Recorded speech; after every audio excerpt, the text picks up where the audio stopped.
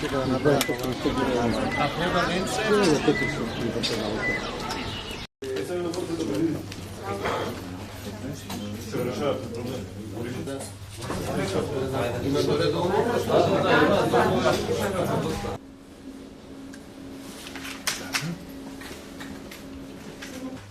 како ќе поминува времето, се повеќе од тие лекови ќе бидат генерички лекови и ќе има биосимилари или слични производства.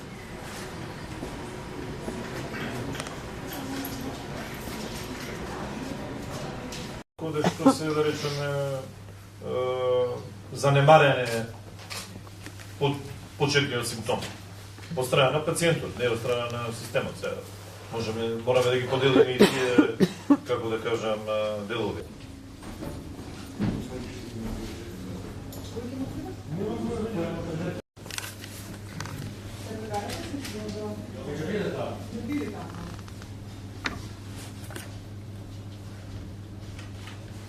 Секоја година имаме зборување за 200-300 пациенти, ново регистрирани, што ќе дојдат на клиниката. Конкретни информации на веројатно надлежна институција за националниот канцер регистар и Институтот за јавно здравје.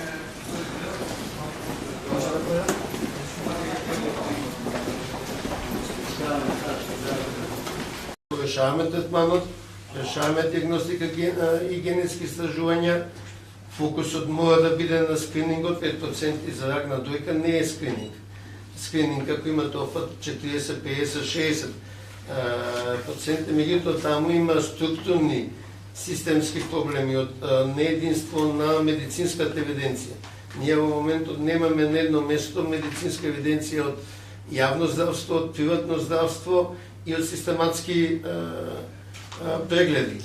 Во склонност на скрининзите има проблеми со достапноста на диагностички машини, мамограф или ехо, например за дојка или колоноскопии за рак на дебелот цел. Лезија, пациентите исполнуваат критериум, лезија на лезија, волумен на лезија. Очекуваме, да речеме, за дел од овие третмани, пациентите до сега се упатува во здравство сега. Интересно е што маската е од двете страни го фиксира пациентот и го имобилизира и прецизноста на зракот е доста поголема. Добро правиме делинација, да? Битно е исто пациентот да има минимално, субмилиметарски движења при третманот, за да може да се фокусира зрачењето пред ГПВ терапија ќе има и имало и ќе има. Зошто? Не може со точна бројка да се предвиди од самиот старт на годината колку од нашите пациенти, без разлика дали се со бели дрбови, меланом или дојка, ќе имаат потреба од оваа терапија.